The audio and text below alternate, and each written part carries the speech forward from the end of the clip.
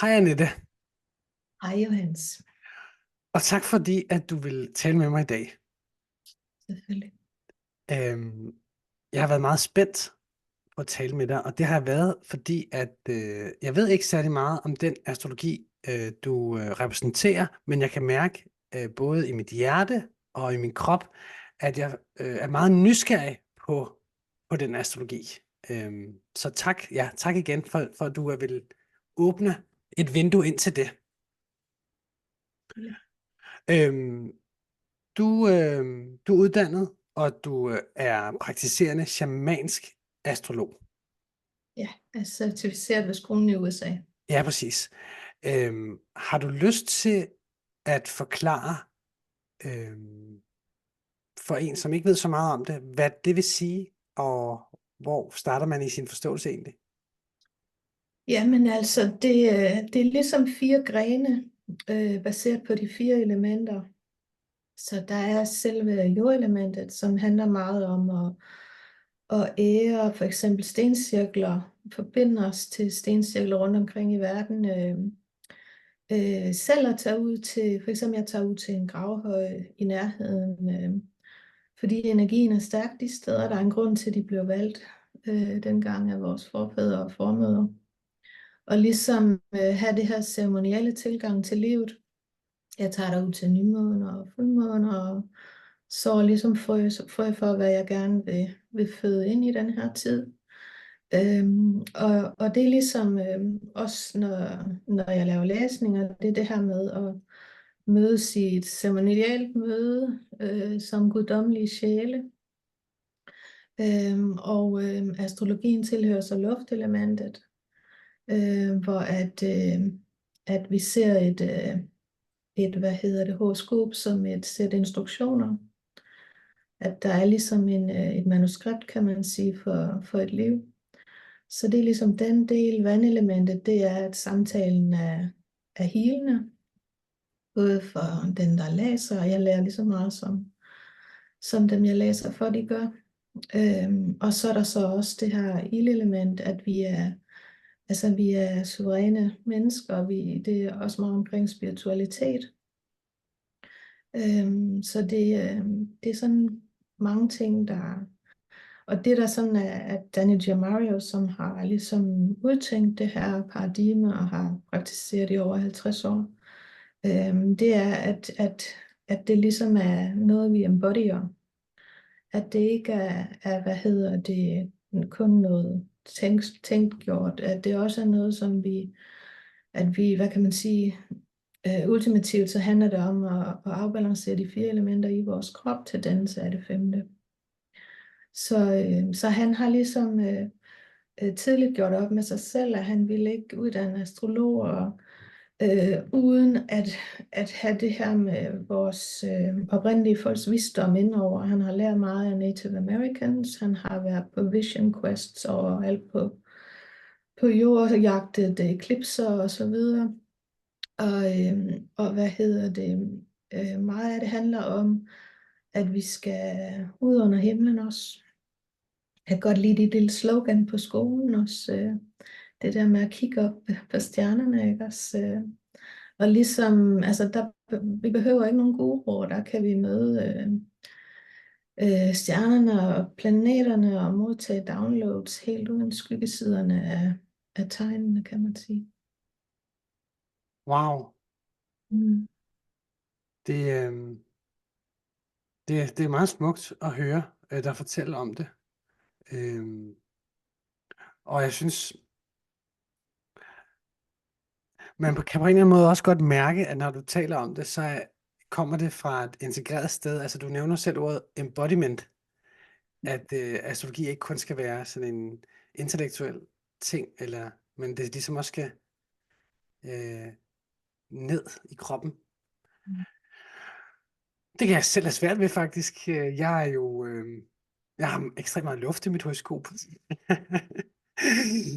Så, og jeg tror også meget astrologi er i virkeligheden, altså meget, ja, nutidig astrologi er jo meget luftet og er meget mental, ikke? Altså, så hvordan, Altså, så hvordan gør man astrologi embodied? Altså, hvad vil du, hvad gør man egentlig? Øh, Det som, hvad skal man sige, man kan sige for mit eget vedkommende, det jeg sådan har haft bevidsthed på, det er, at for eksempel der, hvor jeg har planeter i vandtegn, at det er følelseselementet, det er vandelementet, ikke også? Der, hvordan at jeg kan udforske det element. Øhm, og jordelementet, det er sanserne, ikke også? Komme ud på bare tæer på græsset, ikke også? Den måden, at jeg afbalancerer det element, eller finder ro til, altså kig dig omkring, der er ikke fare på færde, hvad kan du høre, hvad kan du sanse, hvad kan du, altså ligesom til at komme ned i kroppen igen, for jeg har også meget luft i mit horoskop, ikke også? At ligesom grounde mig med. Og ja, hvad hedder det, med ceremonier, tænder jeg bål eller et stearinlys, det er ligesom, altså det er ligesom energi, emotions, der kan flytte sig, transformere sig i elementet. Og jordelementet var sanserne, tror jeg. Og så luftelementet, det er også det her med at, altså det der med at udvide min bevidsthed ved at stå og få øje på en stjerne og tænke, wow, hvad er det for en stjerne, ikke også? Altså jeg aner ikke, hvad det er, og hvad ligner det, og hvad fortæller den mig, ikke også? Altså det er sådan en følelse af også, jeg kommer mere ud på den måde. Jeg trækker solen, har lavet min egen lille stencirkel. Så bare det at være derude, og egentlig, altså det stiller mange spørgsmål, synes jeg. Altså at se horoskopet på himlen også. Og ligesom, det bliver mere jordnært på den måde, og det bliver, fordi det er så svært at forstå også mange af de her med solsystemet og heliocentrisk og alle de her ting, altså forskellige perspektiver. Så det der med at stå derude og begynde at undre sig om, hvorfor siger vi egentlig, at solen er femte hus, det er jo under horisonten, altså den kan vi jo ikke se. Hvorfor er det ikke 9. hus, at vi forbinder med solen? Altså du ved, det sætter gang i nogle spørgsmål, som jeg synes er virkelig spændende. Klart. Og det kan godt forstå det, du siger. Altså også fordi for mange af os, så at sige, der bliver astrologien meget i vores computer, altså vores astrologiprogram, ikke? Altså, jeg må være ærlig og sige, at til trods for, at jeg er så heldig, at jeg har flyttet ud på det mørke land fra storbyen, så at sige, med min familie for 1,5 år siden, og der er en stjerneklar himmel, ofte bare uden for min dør, så, så tager jeg faktisk nærmest ikke tiden af at kigge op på himlen. Altså, selvom jeg godt forstår det magiske. Men jeg kigger jo hele tiden bare i mit astrologiprogram, ikke? Super fjollet. Altså, det, det er det virkelig. Ja, man kan jo gøre begge dele. Altså Ja, man kan jo ligesom tage et horoskop, ikke også, og så gå ind for at se, altså begynde at lære eklipsestjernerne at kende, sådan så at begynde at ligesom kunne se, okay, så ved man, at det er den konstellation, den stjerne hører til, ikke også? jo, Og lige sige godnat til dem, sådan, altså også at følge månen, hvor månen er henne, fra mit soveværelse for eksempel, det synes jeg også er magisk, altså. klart. I din elementbeskrivelse, der sagde du så, at astrologien tilhørte så luftelementet, og at en af de primære ting, der var omkring astrologi, det var, at det var ligesom en instruktionsmanual. Du brugte ordet instruktion. Har du lyst til at forklare en lille smule, hvad du mener med det, og hvordan det helt konkret kan Mm. vises, altså hvordan tingene bliver instrueret, eller har du lyst til at koble nogle ord på det? Ja, altså det som, når jeg laver en læsning, så beskriver jeg nogle ting til klienten inden, og jeg siger altid, det er ikke nødvendigvis sådan, som du er, men vi ser med shamanic astrology-briller, at der er en intention om at udforske de her arketyper. At det ligesom er det, du er her for at blive klogere på det element. For eksempel, hvis du nu har Venus i et vandtegn, så er du her for at lære noget om følelsernes element. Det er ligesom din indre hellige gudinde, kan man sige. Det er meget inspireret af Jungs dybdepsykologi. Så det er det her, meget af det handler også om at ligesom skabe det her indre hellige ægteskab med os selv, i os selv, så vi ikke render for mit vedkommende og projicerer min Mars over på min mand eller min far, men ligesom embodyer ham, ejer ham selv. Så det er, der er sådan flere forskellige læsninger, men vi starter altid med hvad vi kommer ind med, hvor månen står, og så er der ligesom en sjælsvej at gå, et flow på et horoskop, som er det, der formidles.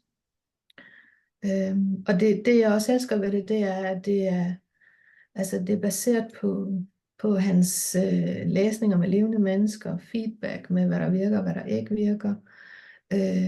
Han er knivskarp med arketyperne, og hvordan at de har ændret sig over tid, og hvordan vi ligesom kan drømme de højeste essenser ind igen, i stedet for, altså lige nu er det meget tungt i menneskehedens historie, ikke? Også, og lade os inspirere til at være de guddommelige væsener, vi er født til at være, i min øjne. Klart. Så der er de her forskellige rejser, man er på i det her liv. Du siger, jeg skal lige forstå, når du siger, at man kommer ind med månen, men du så i terapilokalet, eller mener du i det her liv? I det her liv. Ja, klart. Tænkte jeg nok ikke. Hvad hedder det? Så jeg går ud fra det, altså er det noget med sådan, at man går fra, sådan er det jo i nogle astrologiske traditioner, at man går fra månen og kultiverer den og modner den, og så går over i solen, eller er det på den måde, eller er det sådan, er det måneknuderne, eller er det IC til MC, eller hvad er det for nogle, hvad for nogle pile er der i Shamanic Astrology? Han kan sige, at den overordnede pil, den peger på din ascendant. Ja. Det er ligesom dit ror, altså din retning, kan man sige, din sjæls rejse går mod ascendanten. Og så er det jo sådan lidt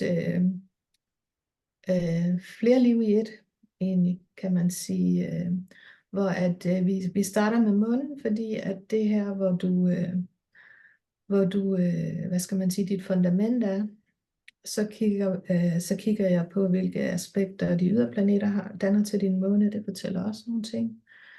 Og så kigger jeg på, hvad skal man sige, dine værktøjer, dine personlige planeter. Fordi de er ligesom dine egenskaber at udforske på din vej til din ascendant.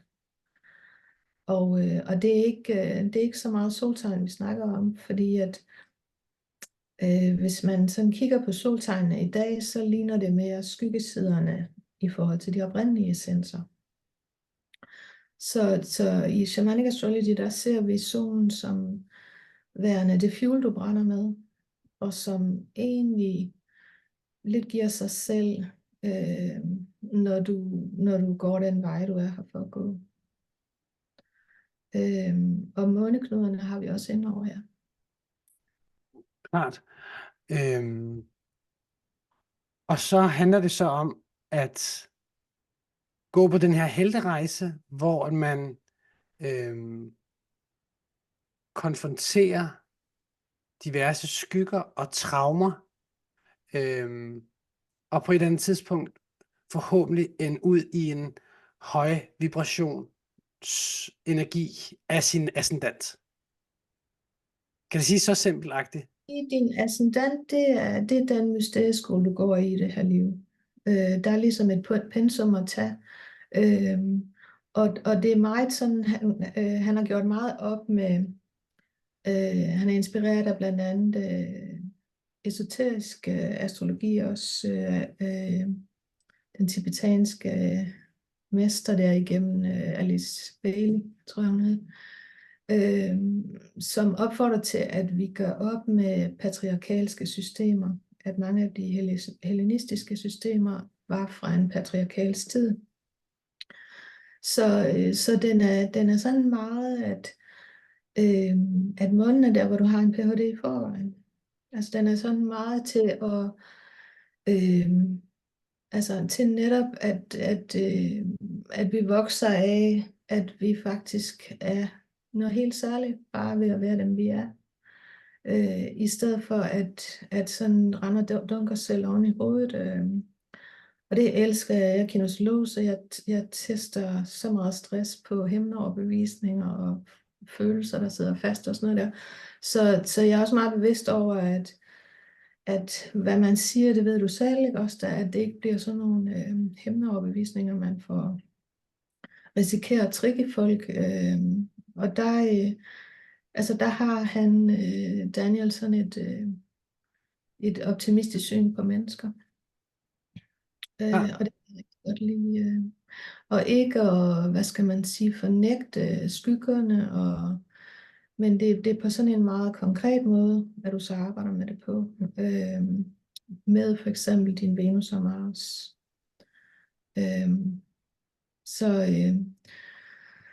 ja, jeg synes, det er jo sådan et evigt studie, ikke? Og man bliver jo aldrig færdig med sit eget hellereje, men det er ligesom, at selv hvis du laver en rigtig mange fejl, så er det bedre at gå din egen vej selvfølgelig, end at gå en anden mands eller kvindes vej. At det er ligesom her, for eksempel ascendanten, det er her, hvor du gerne må lave fejl, ikke? Fordi hvor skulle du vide det fra? Det er nyt.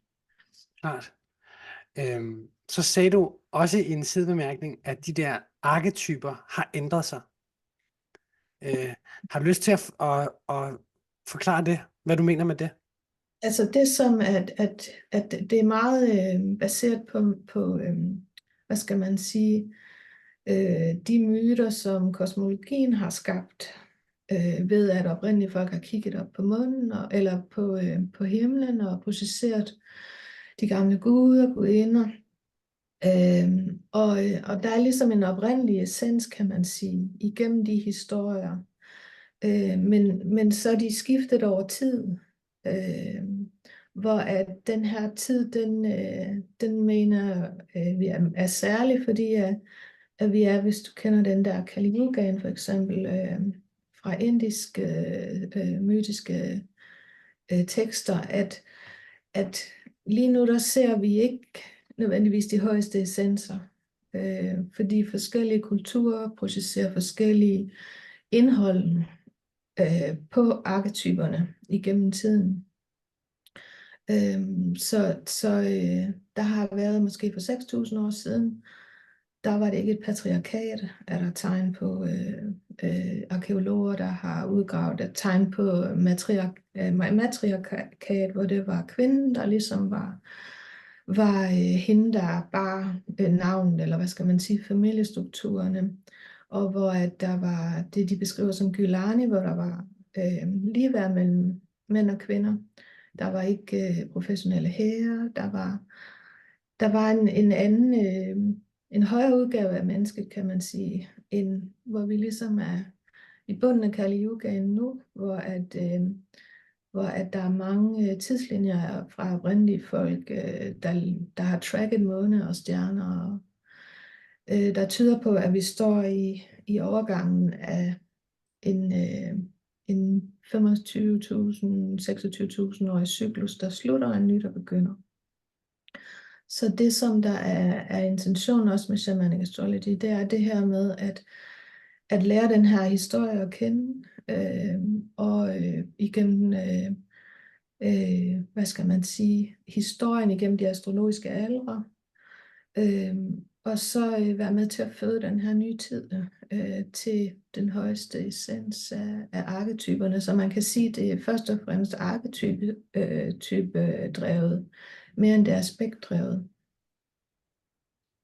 Og det, altså, det er ikke sådan, altså, det er på den måde at forstå, at du er dit unikke udtryk. Altså, der er ikke noget pres til at presse en bestemt arketype ind i dig. Altså, du udgør dit eget facet af diamanten, kan man sige.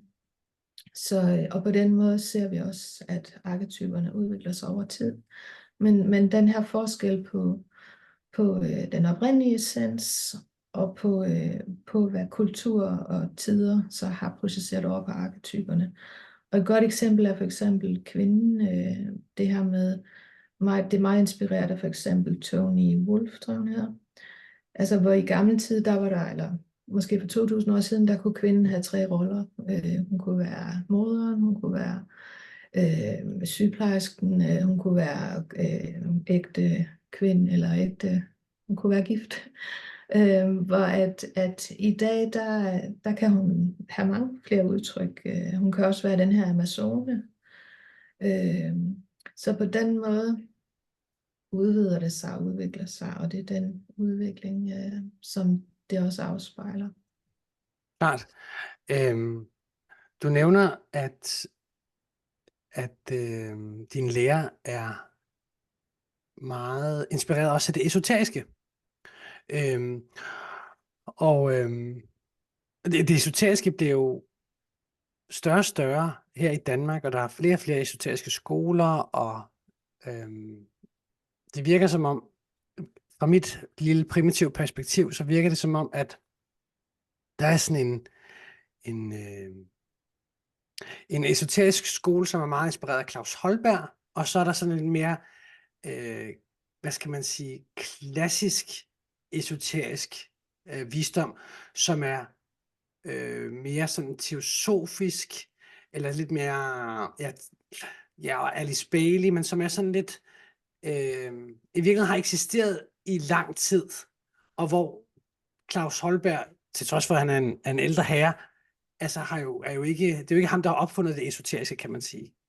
Det er jo noget, der ligger forud for hans tid. Så der er noget meget sådan klassisk esoterisk, og så er der noget måske, hvad man kunne kalde noget mere ny-esoterisk. Og der er selvfølgelig mange overlap af mit indtryk. En af de ting, hvor der ikke er overlap, det er jo det her med herskerplaneter. Og for eksempel planeten Eris, som i den Claus Holbergske esoteriske astrologi, det er jo så herskerplaneten i vægten, hvor at i den mere traditionelle form for esoterisk astrologi, der er det mit indtryk, at det ikke nødvendigvis er Eris, der er herskerplaneten i vægten. Og det samme med Ceres er herskerplaneten i Jomfruen. Og der er sådan nogle små forskelle på, hvad der er quote unquote rigtigt inden for de forskellige esoteriske astrologier. Nu er jeg jo selv ascendant i vægten, og det er så også derfor, at mit spørgsmål er motiveret af det her, fordi jeg synes angiveligt, der er forskel på Venus-energien og Eris-energien, ikke? Altså, jeg husker, da jeg første gang blev introduceret for, at vægten som sjæls essens kunne gå ind i den her Eris-energi, og i virkeligheden være enormt ærlig og autentisk, så var jeg sådan, wow, okay, det lyder alligevel meget cool, fordi at apropos det der med arketyper og misforståelser og sådan noget, altså der er nok meget stor del af populaраstrologien, som ser vægten som den her meget udglattende, meget harmonisøgende. Så der bliver i hvert fald puttet nogle flere lag på vægten med det her esoteriske. Det er et langt spørgsmål, det her. Så mit spørgsmål til dig, det er, bruger Shamanic Astrology også planeten Eris? Bruger de den i forbindelse med vægtenergien, eller hvordan forholder de sig til de nye planeter, Makemake og sådan nogen, eller sådan, hvad gør de med dem? Altså for det første, så tilbage til den her med, at det er en flad struktur, at det her med at se det ligesom et ligeværdigt møde, apropos vægten, ikke, og ligeværdigt bevidste partnerskaber, så er der også det her aspekt af, at vi ikke bruger herskere. Altså man kan sige, at sproget er neutralt. Der er ikke noget, der er ophøjet i et tegn, eller du ved, der er ikke noget, der sådan kan inspirere til, hvad skal man sige, det som kirken, måske kristne samfund kalder, i gammel tid kaldt sådan original sin, altså at du ligesom, du er simpelthen en slemmer en, du er født til at, ikke også, altså der er ikke noget, der kan tricke sådan noget, kan man sige, Så vi ser de ydre planeter ud fra 3 forskellige verdener. The celestial world, den himmelske verden, og så den, hvad skal man sige, ordinary reality, 3D-virkeligheden, og så fra den underverdenen, som er ligesom følelserne. Så der er sådan forskellige strategier til at kende, altså når du står for eksempel i en Pluto-transit, eller du står i, altså der er forskellige måder at forstå det på, og arbejde dig igennem det på, eller ikke. Så det afhænger af planeterne. Og Eris, man kan sige, at hun er altid inviteret med til bordet. Hun er med i kortdækket fra skolen, ikke? Også når der er samling og sådan noget der, så er Eris altid inviteret med os. Men det er ment som, at den her særlige tid, vi lever i, som Daniel har været bevidst om siden 80'erne og 90'erne i forhold til præcisionen, at der er det her skifte nu, at man på så enkel en måde som muligt får formidlet en astrologi, som den enkelte selv kan forstå og bruge. Så der tales ikke ret meget om Makemake for eksempel. Det er sådan meget konkret og begrænset til at starte der. Så kommer Eris og Ceres, men det er simpelthen beskrevet som, at man ikke fortæller for mange ting, fordi at så drukner det i måske for mange detaljer, ikke også? Og det her med vægten, jeg har selv Mars i vægten, og det er jo også ligesom om der er arketyper over tid. Der er nogen, der har været populære, nogen, der ikke har været så populære. Hvor at vægten, tænker jeg, er lidt misforstået. At det netop er det her med os, altså det er ikke det samme som for 3000 år siden. At det er ligesom meget det her med at lære sig selv bedre at kende igennem hinanden. Altså ved at spejle sig i hinanden, ikke også? Og ved at for eksempel gøre det, vi gør nu, vi har begge to vægtplaceringer, ikke også? Der er en til en, hvor vi har et møde, ikke også? Og bliver klogere hver især, ikke også? Så på den måde er det er holdt på en måde, sådan så du hurtigst muligt ved, hvad du er her for, sådan så at du kan være med til at være seed people, kan man sige, og ligesom drømme en ny tid ind, i stedet for at fortsætte, eller komme op af den her Kali Yuga, og ligesom, altså en bevidsthed om, at den her myte om fremskridt, at det måske er vores tid, der faktisk afviger, at der faktisk har været en meget højere udgave af fællesskaber tidligere end der er i dag. Øhm, Du taler om, at der er 3 verdener, og jeg læste faktisk en artikel omkring de her 3 verdener, om før vi mødtes, ja, så vidt jeg forstår, så er det der Pluto og Kiron og Eris er i den underste verden, eller nederste verden, om man vil. Saturn, Jupiter og måneknuderne tilhører vores 3D-verden, og så Uranus og Neptun er ligesom hører til i den øverste verden. Øhm, så siger du det der med, at der ligesom er forskellige strategier hæftet til hver af de her verdener. Har du lyst til at fortælle om det? Fordi intuitivt, der vækker det meget stor genklang, eller sådan det. Jeg har lyst til at fortælle mere om hvordan man begår sig i de 3 verdener. Ja, jamen for eksempel, der er i Shamanic Astrology er der 2 sæt transitter.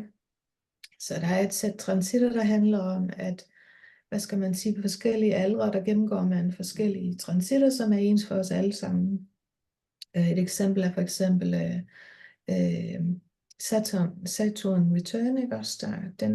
Den når vi alle sammen på et bestemt tidspunkt. Og så er der et sæt individuelle transitter, som er helt unik for den enkelte, og det kan for eksempel være, at der kommer et menneske, som er i en Pluto-transit.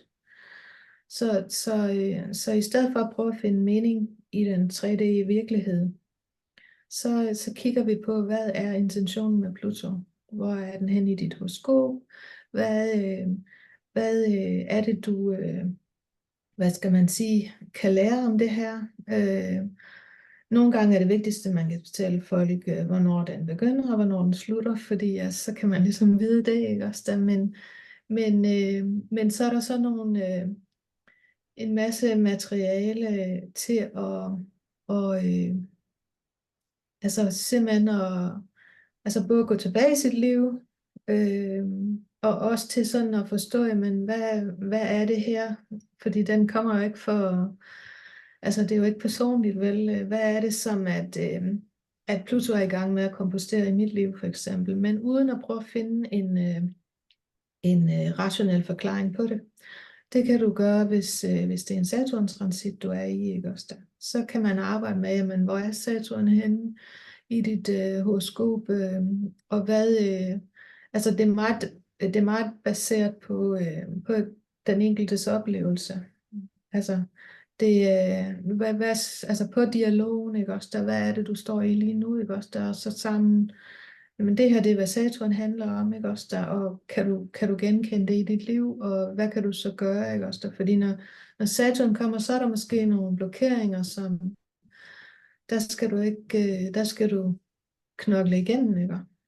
Altså, der er det ligesom det, der er intentionen med Saturn, og hvis det så er, man kan sige på alle tidspunkter, der siger vi også, at all is well in the celestial world, ikke også? Altså de himmelske planeter at uanset hvad, så er der også et aspekt, hvor ja, alt er som det skal være, det skal nok gå det hele, ikke også? Der. Men det er så mere fra måske en bevidsthedsmæssig ting, eller en hjerteting, de himmelske planeter, hvor du der gennemgår en udvikling. Og det er der simpelthen strategier til, hvordan og hvorledes, at du håndterer dem. Og når det jeg sådan selv har nyt og lært meget af det, at gå tilbage til mit eget liv og se, hvornår jeg har været i forskellige transitter. Det kender du sikkert også. Med, altså, hvad var det egentlig, det gav mig, ikke? Så at arbejde med tingene på den måde.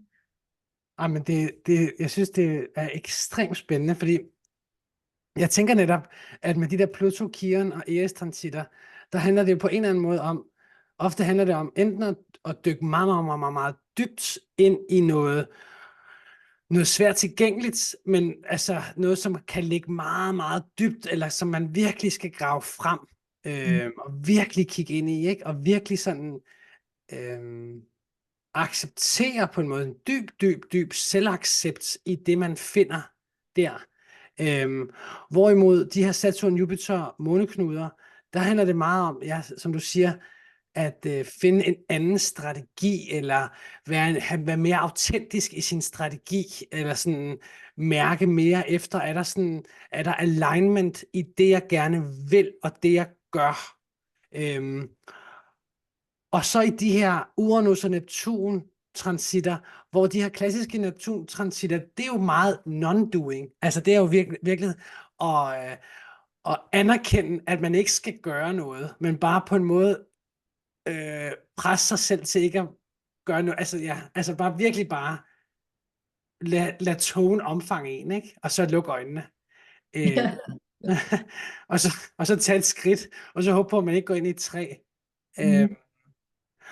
Og det er sjovt, det er sgu sjovt og interessant, det du siger med, at de her tre verdener kalder på forskellige måder at tilgå de her transitter på. Det synes jeg er meget unikt. Ja, meget unikt. Hvad hedder det? Så bruger du ordet seed people. Har du lyst til at forklare, hvad er seed people? Hvor kommer begrebet fra? Du nævnte Dan Ruggiero, jeg ved ikke, om det er ham, der har begrebet, og hvordan bliver man en seed people, eller person, og ja, og freestyle lidt omkring det koncept. Jamen, altså, han var Daniels mentor, Dan Ruggiero. Han har skrevet et digt, der hedder Seed People. Han var jo meget bekymret der i start 70'erne, da der var, han så sådan, hvor verden var på vej hen, og derfor så skrev han det her digt om, hvor vigtigt det var ligesom at blive en global, kærlig menneskehed, uafhængig af etnicitet, af religion og så videre, at så vi sammen kunne drømme en ny verden ind. Og det gøres for eksempel igennem altså et hav af oplysninger på hjemmesiden.